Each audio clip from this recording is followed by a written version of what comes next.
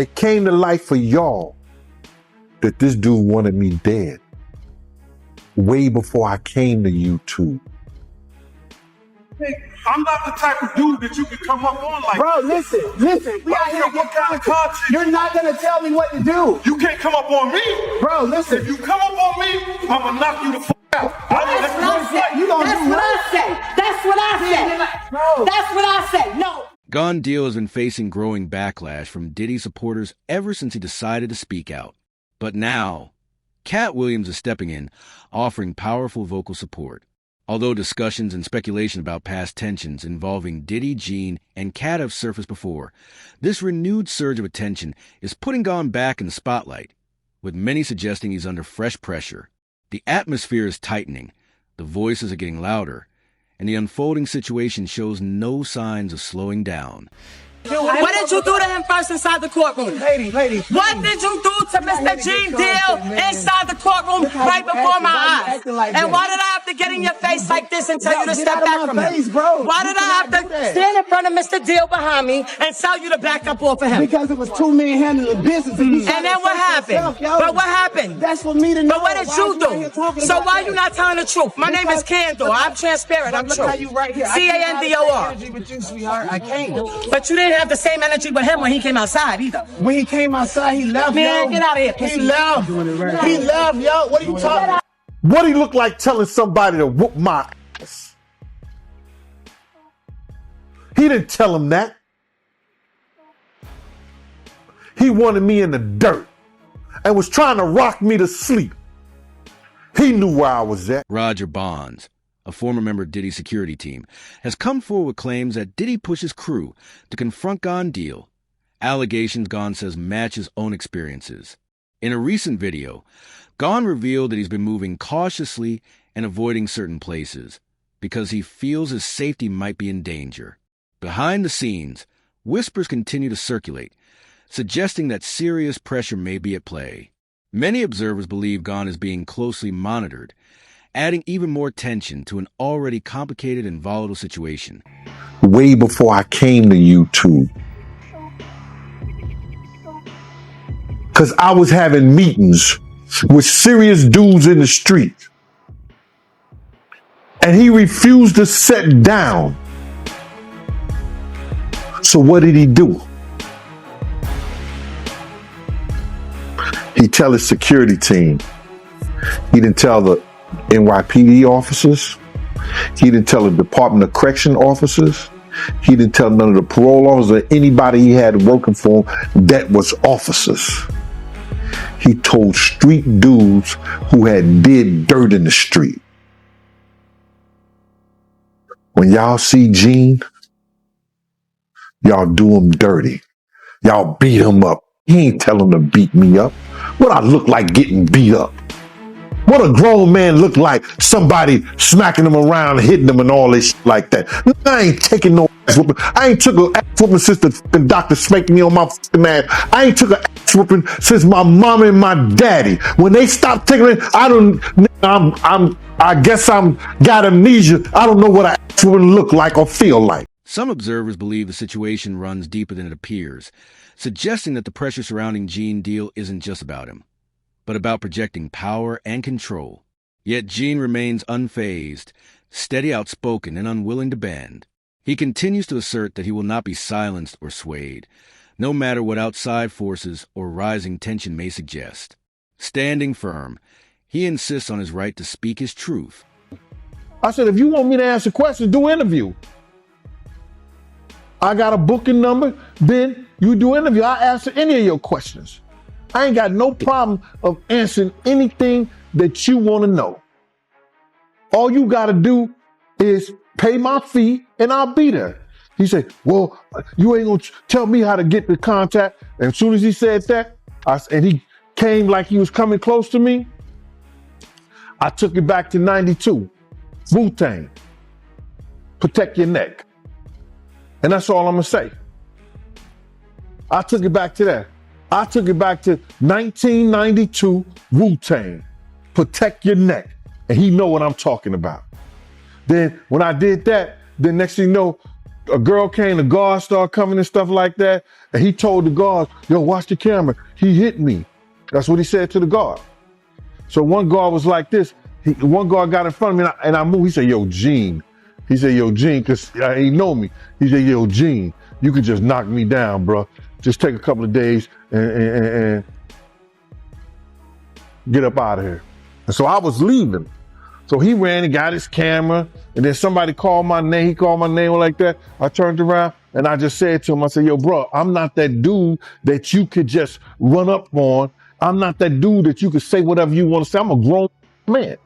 You understand? I'm not that dude that you could say whatever you want to say to, because if you run up on me, I'm going to knock you the F out. And that's how that went, bro. And there's nothing I'm proud of. You understand? But you don't talk to grown men. I don't care what kind of YouTube show you got. I don't care what kind of, you want to go viral, you want to do this and you want to do that. You conduct yourself as a gentleman. You want to call yourself a reporter. You don't see all the reporters who went to school. You don't see all the reporters who got their degrees, who got, you know, who worked up the ladder to become who they are, yelling and screaming and cursing and saying all kind of crazy shit to people. You don't see that. But if that's what you choose to do. For years, Gene Deal felt this moment was unavoidable, saying he sensed pressure to stay silent, and even heard from people urging him to stop discussing private matters. According to Gene, those warnings carried weight, especially considering the reputation powerful circles have for aggressively protecting their image. In the entertainment world, influential figures rarely stay quiet when their narratives are challenged, and many observers point to Katt Williams as an example, noting how his outspoken honesty has often been met with intense pushback. Cool, man. How you doing? I'm cooler than a fan. They took my children from me. Yeah, I mean, how terrible is that? I did want to ask. The cops, allegedly found some guns and. Yeah, they always find guns. I never leave without. My girlfriend. I'm on the middle of an interview, sir. Sorry about. They found guns and drugs. Now, is drugs? That's what it was reported. Sir, you can look at my paperwork. There was no drugs. Weed is not a drug. Yeah. I mean, do you think that's safe for kids to be around guns and stuff like that? I mean, I'm just curious. How do you keep this kids safe without guns? They were in a lockbox that the police broke. Oh, okay, yeah. I'm saying, if the police come in and raid my place and break into my gun boxes, you're gonna find guns. But these aren't. Well, I'm not in a gang. What difference does it make? Now, you were actually stopped for this and let go. Because you have a license for it, No, right? This is their 9th time coming to my house. The problem was this time they came to my office and took my kids from an office. Not from my house, from an office. So now when I can't have my kids at my office, that's an issue. I must be the most terrible black. Ogre Bonds has claimed that the tension between Diddy and Gone Deal dates back to around 2008, long before any formal investigation began. By then, Gene had already spoken publicly about what he believed he witnessed behind the scenes and how he interpreted Diddy's behavior.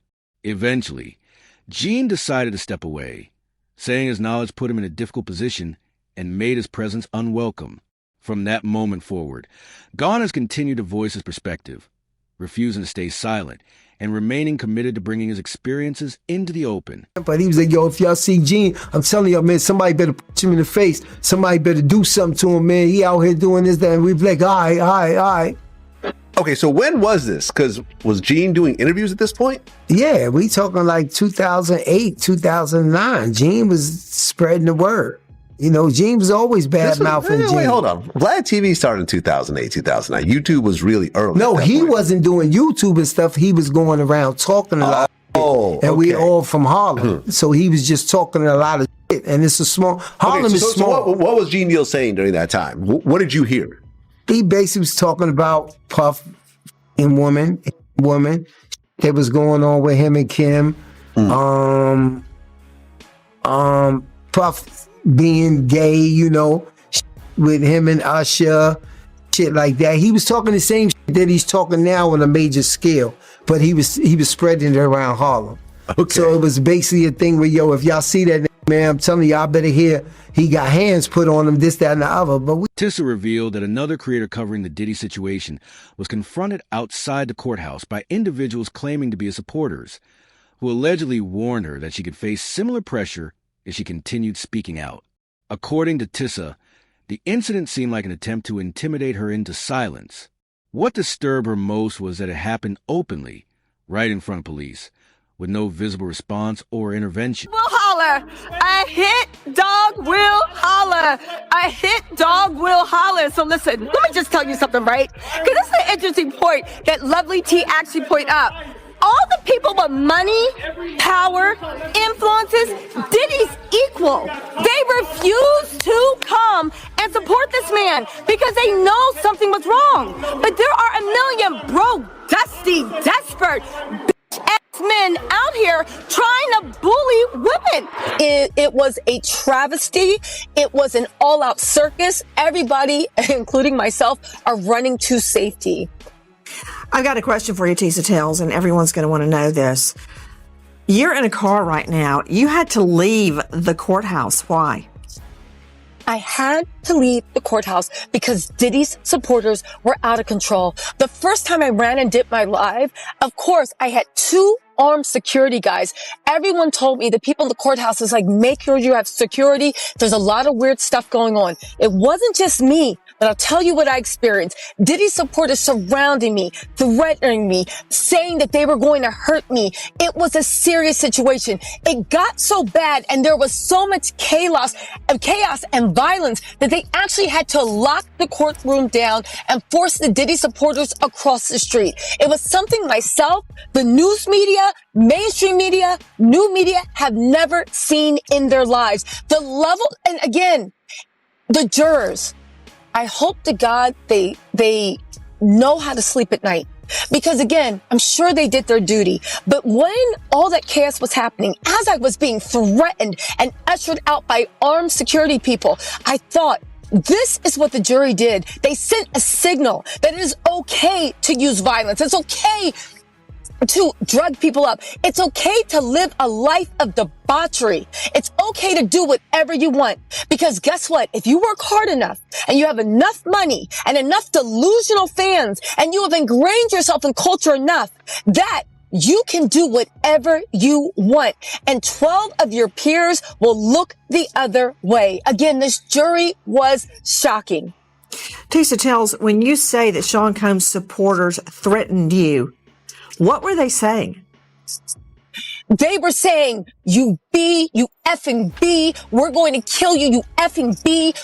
Apparently I work for the feds. You're a plant. You made this all up because of you. Again, they're not too. Tissa and Gene aren't the only ones who seem to be feeling the weight of outside pressure. Last year, reports surfaced about Jamie Foxx experiencing a serious health scare, and when he later spoke publicly, more complications appeared to follow. Some observers have questioned whether it's simply coincidence that several people who challenge Diddy suddenly face unexpected difficulties. According to various accounts, Jamie also needed medical attention after an alleged encounter with someone connected to Diddy, adding yet another layer of tension to the unfolding story. Actor Jamie Foxx was injured during an altercation at a Beverly Hills restaurant. Foxx is speaking out about the incident, which is being investigated by police. It comes just days after the Oscar winner revealed for the first time that a brain bleed caused him to suffer a stroke last year. Here's ABC's Phil Lipoff. Tonight, actor Jamie Foxx is recovering after an altercation at his birthday dinner in Beverly Hills left him needing stitches. Local police received a call about an incident at the high-end Mr. Chow restaurant near Rodeo Drive just after 10 p.m. Friday night. A representative for the actor saying someone from another table threw a glass that hit Foxx in the face.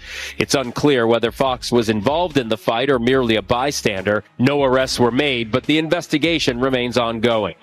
It has already been an eventful month for the Oscar winner. In his recently released Netflix stand-up special, Foxx opened up about the mysterious health crisis that put him in the hospital for several weeks last year. I was fighting for my life, but I'm here in front of you. Foxx telling the audience a doctor gave his family a grim diagnosis. He told my sister some horrible news about her big brother.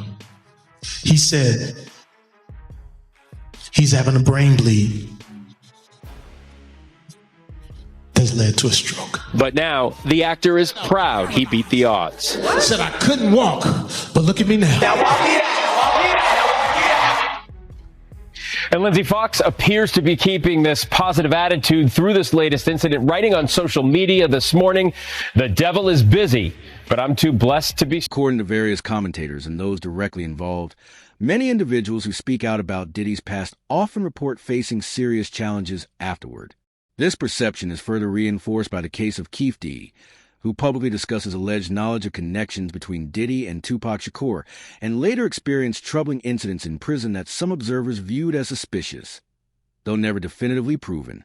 His statements, which included unverified claims of high-stakes financial dealings and portrayed Diddy as a key figure in his narrative, have fueled ongoing speculation and debate. Taken together, these accounts have led many to highlight what they see as a striking and hard-to-ignore pattern, one built on personal testimonies, interpretations, and unresolved questions rather than established fact. We have an update now on Dwayne Keefe D. Davis. He's charged in the murder of Tupac Shakur. Davis was in court again this morning after a fight with another inmate. Fox 5's Mike Allen walks us through what happened. Dwayne Davis is answering for a jailhouse brawl. Here's what court records show, along with images from surveillance video released by Las Vegas Justice Court. On December 23rd, Davis was being escorted back into his cell when another inmate, Rockland Hamilton, who's also facing a charge, is standing to the right by a sink in this room. Hamilton walked over to Davis and squared up, looking ready to fight.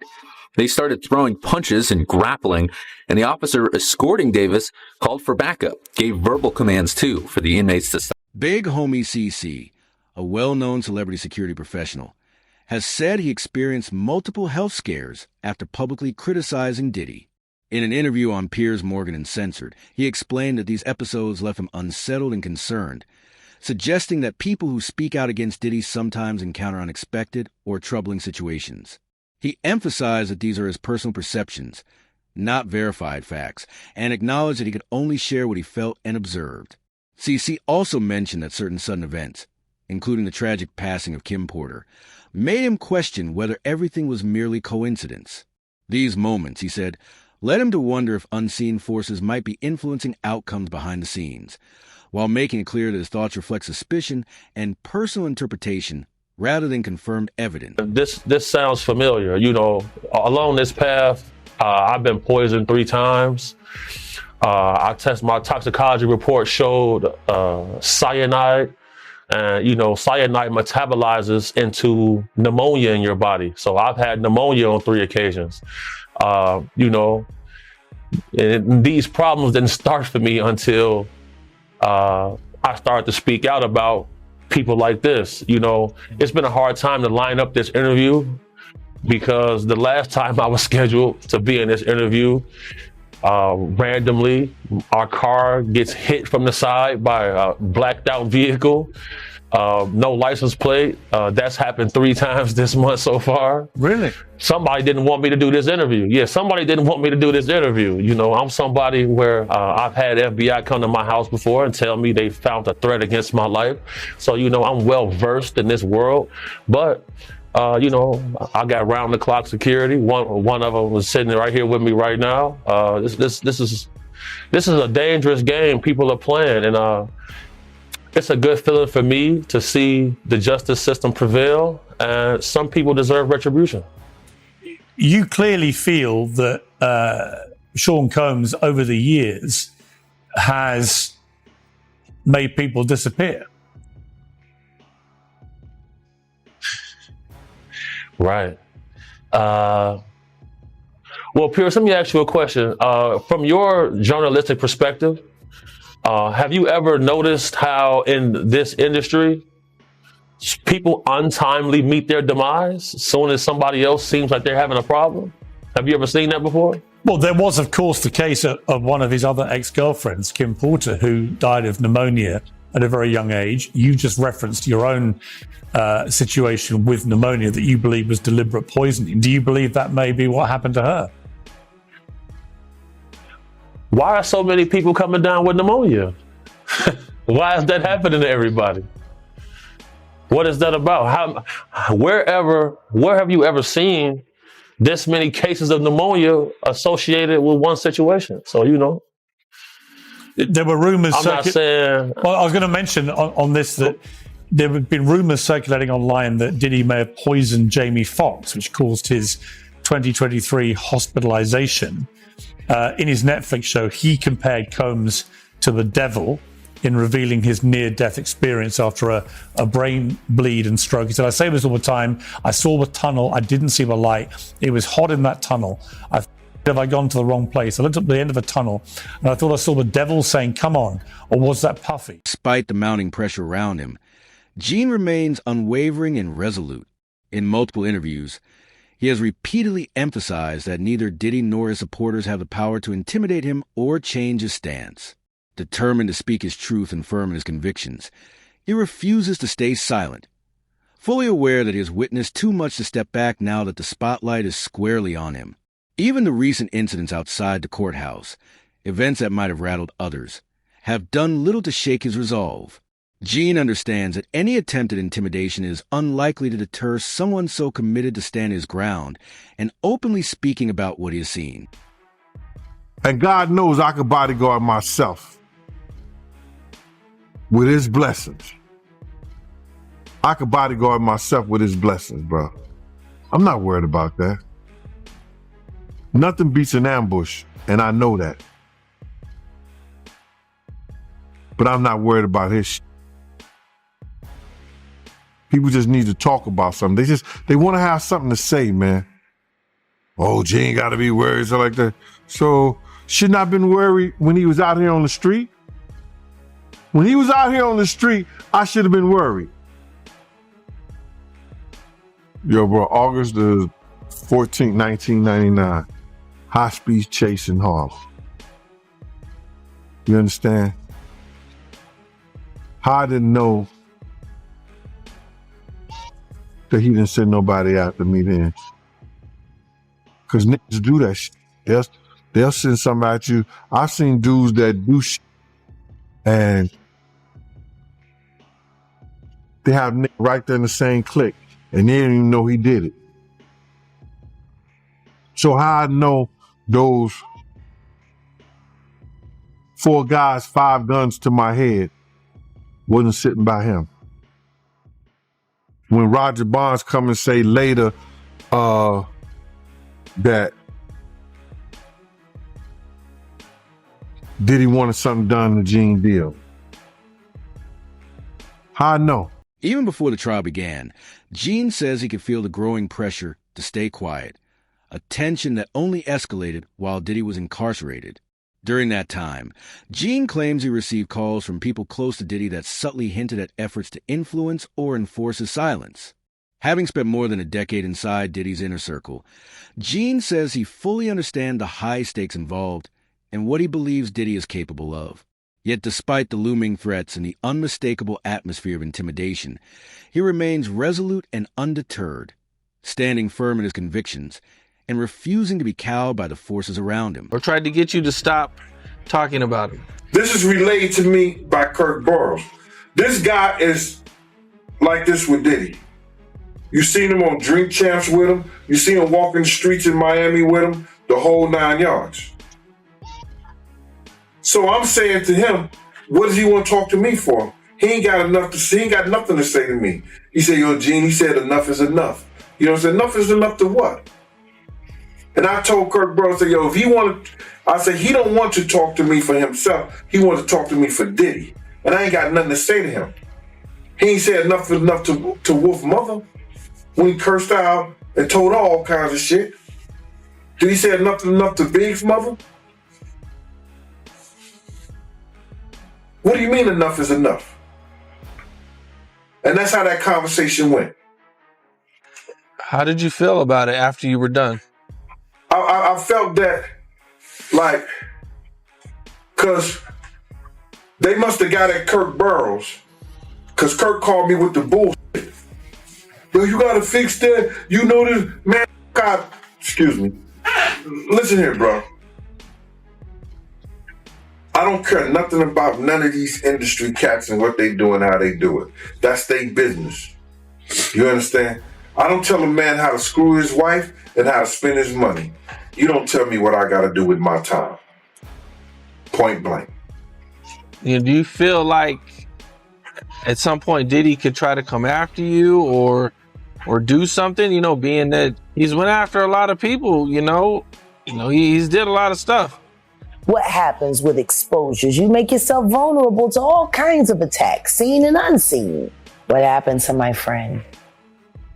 When he passed away, there was $250,000 on my head and $150,000 on his.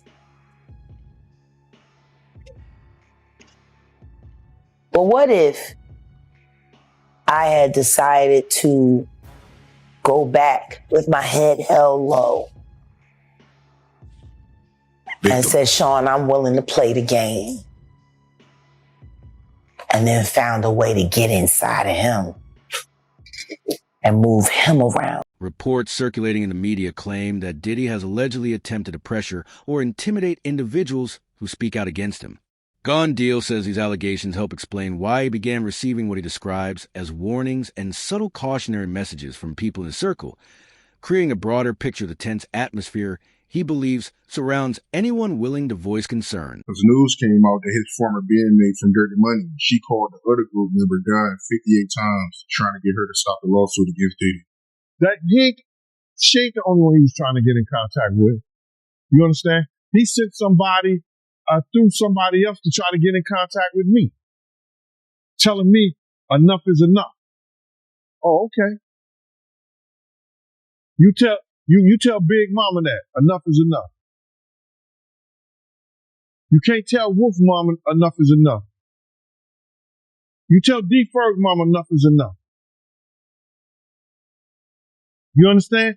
You tell all those people who supported you and they survivors, enough is enough. You didn't tell me about this. So he tried to get somebody to reach out to you? No, I got a phone call from Kirk Burroughs. And Kirk Burroughs, and I ain't gonna get this guy no play. Not Kirk Burroughs. The one of the dudes that I know that's real close to him said, Kirk told me, he want to reach out to you, Gene. He want to speak to you. I said, speak to me for what? What do you want to speak to me for? If he's trying to speak to me, it's for Puff. Point blank. I know the dude. I know how close he is to Puff. He's been with Puff from day one. So he ain't got nothing to say to me, bro. But Kirk Bro did say to me that the dude said enough is enough. When do it becomes enough? Diddy's empire is under mounting pressure, and those he allegedly tried to silence are now speaking out with a level of courage and conviction that demands attention. What were once quiet whispers are becoming documented claims that are reshaping the narrative and bringing unprecedented clarity to the unfolding saga. First-hand accounts and emerging details are converging to form a more intricate picture of the tensions at play, revealing layers of complexity that were once hidden and suggesting that the story is far from over. This is only the beginning, and the chapters ahead promise even more startling revelations, unexpected twists, and significant developments. Stay tuned. Follow every update closely, and watch as the drama continues to escalate and redefine the legacy of one of the music industry's most influential